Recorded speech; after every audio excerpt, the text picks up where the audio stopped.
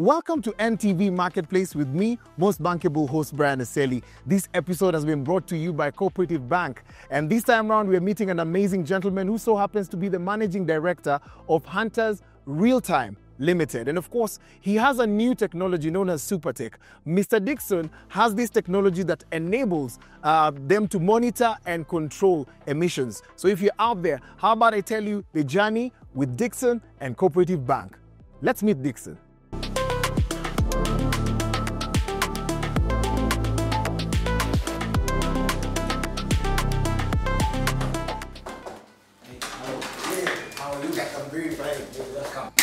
Thank you very much. Na karibu sana. It's such an honor, and thank you so much for giving us time to be here so that you will get to experience the kind of technology you're dealing in and the kind of business you're handling. But quick intros, people will need to get to know your name and, of course, deep about your company and how long you've been in existence. My name is Dixon Karuga. I work for this company. It's called Hunter Realtime Ltd. We deal with fleet management system, mainly emission control and reduction systems, which has a technology that helps with fuel savings. Yes, we've taken it through the market testing and it's approved. And we have a lot of customer credentials and references and endorsements in this market.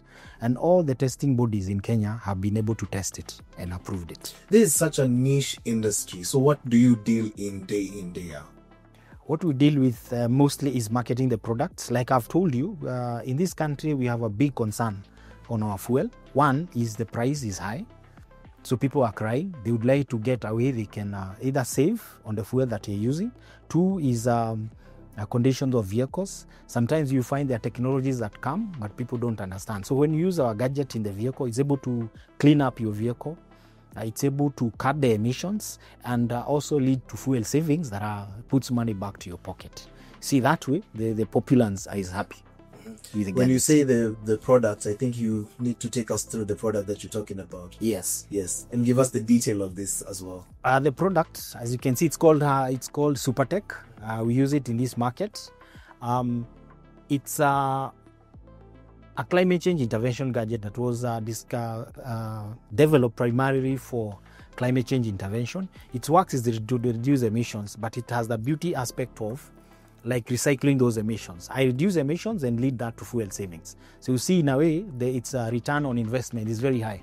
We talk about 6 to maximum of 8 months for any user of this product. It cuts emissions and then cleans up your vehicle. You see, when you open your engine, you find that what we call black soot, all unburned hydrocarbon is able to clean up that. The result of that is you get a clean, faster, stronger engine that is able to work for a long time. You know, a car is the engine. So if the engine lasts longer, that way it's beautiful for you. Plus the servicing that are geared towards that engine, like the plants, the nozzles, the injectors are cleaned up. That means I'm cutting your emissions. I'm cleaning the air. I'm making your vehicle greener and cleaner. Yeah. Once I reduce the emissions, it's able to reuse those emissions you could have wasted so that become fuel in your vehicle. That way, your vehicle becomes more efficient. You get fuel savings of between 8 up to 25% that you can get from the reduction. Because in addition to just making your engine more efficient, it's cleaned up. There's a process called chimney sweeper effect. You know, chimney is like the normal ones we have in our homes. Where you are putting up a fire, you find there's black stuff that is stuck up in the line of the smoke. So when I clean up that becomes newer. It's the same thing that this gadget does to your engine. So when that's cleaned up, it's like I've opened your engine, reassembled it again, and made it run. It runs more efficient, runs more better, and runs more smooth. One thing for sure is that it looks like there's a lot of investment in this. At what point did you know that you needed a financial partner? Right from the time we began. You know, once you begin, like during the testing processes, there are a lot of us by the various agencies or bodies that are testing. Yeah, one is getting the testing machines, because you have to test yourself before you subject it testing to others. So you have to import. And in this country, we don't manufacture most of these machines and equipments. So importing the equipment, sometimes you need letters of credit. Your suppliers need guarantee that you're capable of making the payments, and sometimes you don't have that money in the bank.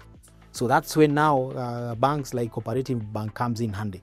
They give you LCs, they give you credit facilities, which you can use now to give as guarantees to your suppliers. Because sometimes, you can even order and pay, and you don't get your money. I mean, you don't even get the equipment. But when you have something like an LC you're holding, they will only pay once you have received your equipment. So that's also an import security that comes in. Plus now the total outlay of the whole process from testing the product to selling the product, there's a lot of money that is involved in terms of the capital. So you've actually showed me this, but I want a demonstration of this amazing technology, which is Super Tech by Hunter Realtime. Yes. Are you going to take me somewhere, or we're going to do it in here somewhere so that people get to... Yeah, I would like to take you to one of our fitment centers. We've established many in this country. In Nairobi, we have about 5, but I'd like to take you to one of them where you can see it done practically, and you can appreciate the fact that it does not interfere with your vehicle. It doesn't in any way spoil the vehicle, because it's not a chemical, as you can see. It's a solid immersion gadget, one of its own in the whole world. So I'm sure once we go there to the center, you'll be able to see how it's fitted and appreciate how the clients are happy about it. Well, I have time. Let's go now. Let's go. Yes.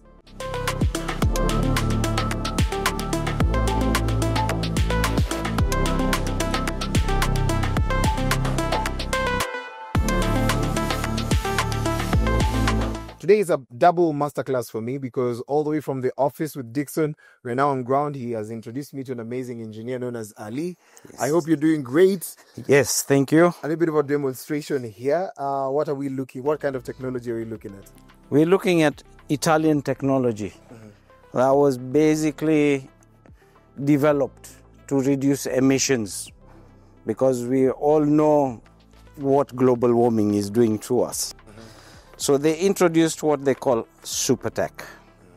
This device comes in different sizes depending on the type of vehicle, but it works on both petrol, not all three, petrol, diesel, and LPG driven vehicles. The device is basically mounted inside the tank. So it is not connected to any vehicle, electricals, mechanical, or hydraulic systems. So it works independent just with the fuel. This is the smallest of them all. It's for a 40-liter tank, and it is mounted onto this device, which is actually your fuel pump and the fuel gauge on this side. This is what measures your fuel inside the tank. So as you put fuel, it goes up or down. Okay, the pump mounted in here and shoots out fuel from here, feeding to your main engine. Okay. Yes, the unit is mounted with this stainless wire, so there is no chance of having any kind of rust or any other contamination to the fuel. So it is basically hooked. It has a hook. Each device has a number as well. As you can see, yes, they're serialized. So we keep a record of all the vehicles that we install to. So we do not have any complications later. So this thing is mounted this way. It has these aluminum locks. Again, use aluminum to avoid rust and any kind of contamination with the fuel. So it's there. Is then locked in with this. We just have to do that. 1, 2, and 3. It's locked in there. The unit has to be mounted at approximately 45 degrees. So if this is your base of your tank, so this unit, as you can see, it variates. So this always stays at the bottom of the tank. Yeah. Okay? So if this is your base of the tank, this unit is going to be mounted at that degree. Okay. Yeah? Or something like that. Okay, and it has to be mounted as close to the feed to the engine. Okay, so that it works best.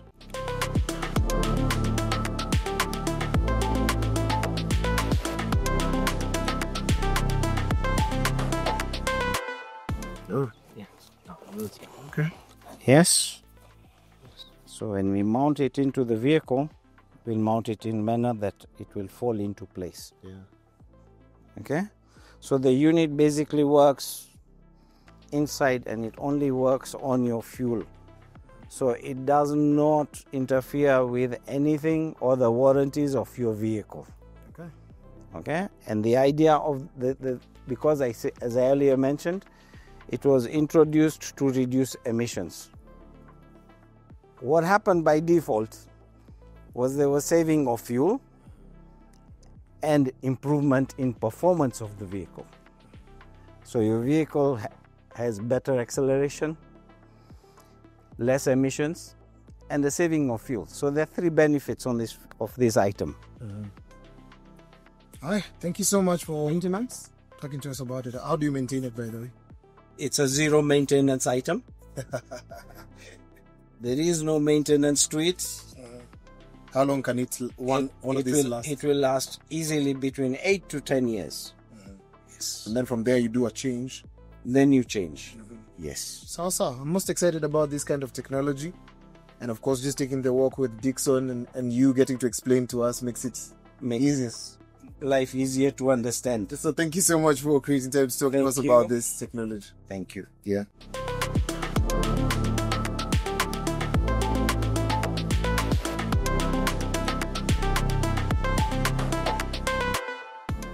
Just getting to see where the action takes place. But of course, you have to jump back into tenders and contracts. And I know maybe you've gone through the processes, and I don't know how the bank has actually aided you in making sure that you either get to lock such big contracts with either individuals, companies, or even government. Yes, we know in our country, the public procurement requires you to go through the tenders or the bidding processes. And when you do a tender, there are bids that are normally required. We normally have the bid bond to begin with, and the bank is able to assist with that. Secondly, in case you win the tender, you're given a performance bond, which is required by the big institutions. Again, the bank comes through with that. And then when you're given the order, sometimes you can be given an order which is beyond your capital capacity. That way the bank comes in through what we call LPO financing. And they're willing to do that for the company and even for our regional agents, like the ones where we just had our demonstration. So all that is covered by the bank, and we are very glad and happy. We also have SACCOs or cooperatives who have, maybe they might be having 4,000, 2,000 vehicles, and they would like to install the gadget. If you look at that, initial capital outlay is very large. And with the bank, like we have, a cooperative bank, they are able to assist. Let's talk regions, because you know your company is now expanding within different regions. Yes. And you've talked to us a little bit about Nakuru and their larger participation in trying to make sure that they get to be the first ones to be compliant when it comes to the emissions. But talk to us a little bit about, say, I'm an agent and I come to you and I tell you, I would like this product in bulk. Yes. But right now I'm not in position to. What would you recommend as a solution? Yeah, there's a straightforward solution to that. My first answer would obviously be, I take you to cooperative bank, and being our agent, we already have a relationship with the bank. So I'll do introduction of the agent to the bank, and the bank will check through their books to see what they qualify for. It's a very, very smooth process, and if they are keeping their books very well, they're able to get a facilitation. Yes. I'd like to add on a question. When MSMEs are starting, they have a hard time in scaling and getting to the next level. Why do you think most of these MSMEs usually get into pitfalls? Considering that they say if your company goes for over 3 years, you're now not struggling, you're now not a startup, you're now getting into the MSME level. What would be your recommendation, especially for those companies that get to meet a lot of pitfalls? One is the keeping of books. Keeping your books properly, accounting, so that in case you want to get a facility, you have books which you can show, demonstrate, and if anyone wants to audit, you can be able to get answers from there. Secondly, you have to start working with a financial institution that are able to understand you and assist you. Banking institutions that come, understand your business, and can give you advice in terms of your investments, in terms of your capital, in terms of how you need to set up yourself so that it can be attractive to financial institutions. I think those are the key things that most of the MSME needs this market. And also now diverting of capital, you have to have discipline. Means you're given a facility. And especially like a loan. Enjoy. You know, the most common thing that I've heard is people are given loans, they get a very good loan, but they repurpose it. You find them buying maybe a piece of land or buying a new vehicle and they don't need it for their business at that given point. Now, let's look at the future of you and Cooperative Bank. Say next 5 years, 10 years, what do you think the relationship is going to look like? Our relationship looks very good. Right now, we're talking about SDGs and MDGs, and most of the companies, corporations want to report on their reduction in carbon footprint. That's a requirement globally. And as you can see, we used to have CRM, but nowadays you have to report on your environmental responsibilities. So for them to do that, then you'll have a bigger opportunity and we'll have a big market ourselves, because we have to install the gadget that you have seen in the vehicles. We said in Kenya, our major polluter is the transport sector. 62% you say? 62%. So that's a very, very large segment of our market. And if you look at the number of vehicles that we are predominantly a second-hand country in terms of the vehicles that we buy. So we need to install in all those vehicles. So if you look at that volume of business, with the bank, we can be able to work together because they finance us. At the same time, they will help us reduce the carbon footprint of our country. Remember, like he said, our country has already committed towards reducing our carbon footprint. So if we are going to reduce our carbon footprint, we have to address the sources. And which are the sources? The transport sector, the stationary units. And if we install in all that, together with the bank, I'm sure we'll be able to progress and do very well. Say I'm starting my biashara today, or maybe I've just scaled into the MSME level. What piece of advice would you give maybe a young businessman or woman? Man or woman, what I would advise them to do is once understand the kind of business that they're dealing with very well, thoroughly, to fully research on it. Also look for a project that is addressing the needs and the requirements of our nation. Like as you see, you are addressing the need to reduce the carbon footprint. So in case they understand that market very well, then they go into it. Ixon, thank you so much. Most welcome. Today has been more of my masterclass in engineering, sub into business. So thank you so much. And may you be successful in everything that you do. Very much. Right now, we're going to transition and talk to an expert who's going to give us some of the details that we need when it comes to matters finance, trade. So right now, let's jump and talk to our expert. Mr. Anthony, welcome to the show. What qualifies a business for trade finance support? Because there are so many people who fear even thinking about it because they think maybe their biashara is too small. Well, I would say we look at 4 fundamental things. One, we look at the business, financial health. This is, we look at the ability of the business to generate enough cash flow to service our debt. We also look at the business experience. How is the MSME well experienced with the business? We also look at the borrowing history. And lastly, for us, from a credit risk perspective, we look at the risk and mitigations, which can be in form of a collateral or even transactional structures. At the end of it all, we say for any data presented to us for assessment, there is a story behind it. Credit review, it's seen as one of the most tough processes. But to you, how do you also go through the process, but make sure that it's you're managing risk in the process? Exactly. Managing risk is very essential, Brian. We take what we call a partnership approach.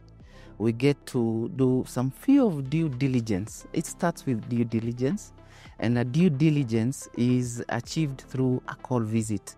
We have branches all over that have branch business bankers, or we call them relationship managers.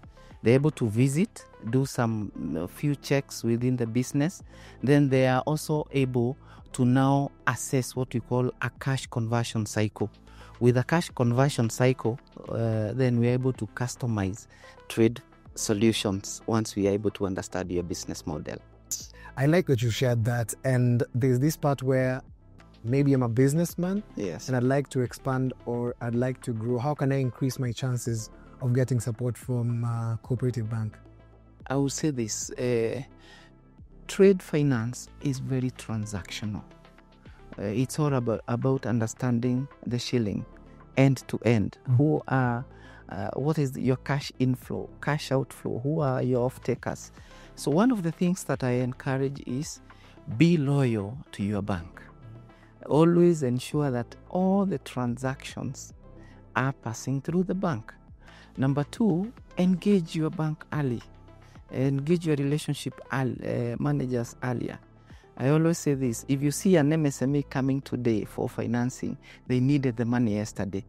So I encourage and advocate for MSMEs to go to their relationship managers, and you're able to say, this is my short-term plan, these are my medium-term plans, and this is my long-term, so that you are able to walk the journey with the bank, and they're able to come in early enough. The other thing I would say is avoid diverting business or working capital that is meant for growth into other possibly other uses. Don't take your working capital and divert it into an investment project that is not generating you cash flows for the business. Approach the bank for the right solution. If you need a motor vehicle, there is asset finance. If you need a house, or you need construction, there are mortgage facilities that are available. If you need to propel and have liquidity for your business, then you have a discussion on stock finance, LPO finance, working capital, overdraft. That will help you cushion against any downfall of your business. Mm-hmm. Yes. As we finish, I'd like you to give us anything that you've learned through your years of managing biasharas. Any golden tip that you stick by? I'll say this: be open with your relationship managers. Let them understand the business. Let them understand your business model. Be loyal. Ensure each and every transaction that you're doing comes through the bank, because once you do that and the bank is able to understand you, then you have a seamless customer experience. That collaboration makes it better for us to be able to support the MSMEs. Proper planning, you get it right with growth and sustainability of your business. Well, thank you so much for creating time to talk to us. Thank you. Welcome. One thing about this show is that it's a masterclass of getting to understand some of the trade finance tools that you need. On this episode alone, I got to learn from Dixon that 1, regulation and compliance is very important when it comes to starting a business and getting to understand the future of technology in a particular field. Number 2, from the expert, I've gotten to understand some of the financial solutions that you need to scale your business. How about I say that we need to catch a date next week on NTV Marketplace with me, most bankable host Brian Aseli. This episode had been brought to you courtesy of Cooperative Bank.